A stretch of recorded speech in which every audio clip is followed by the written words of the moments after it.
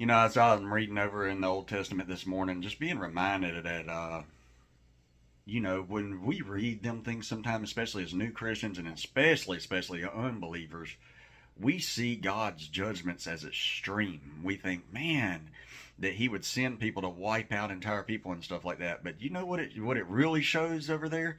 How it says the law is our schoolmaster to lead us to Christ. It shows us how extreme our sin is. That our sin is. That's why such a payment would have to be made, like Jesus Christ going to the cross, because it is extreme. Our sin, that when we sin against one another and we sin against God, it's our sin is extreme. It's our law. That is our schoolmaster. It's to point us to Christ. I think if all that wouldn't be there, we wouldn't seen that them kind of judgments happen.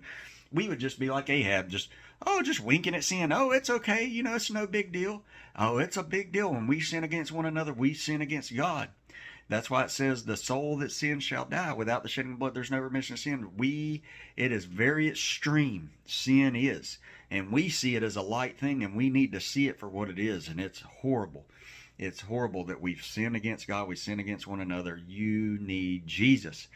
I need Jesus. We all need Jesus, for all have sinned and fallen short of the glory of God. Confess the Lord Jesus with your mouth. Believe in your heart God raised him from the dead, and you shall be saved. With the mouth, confession is made unto salvation. With the heart, one believes unto righteousness. Believe into Jesus. God bless.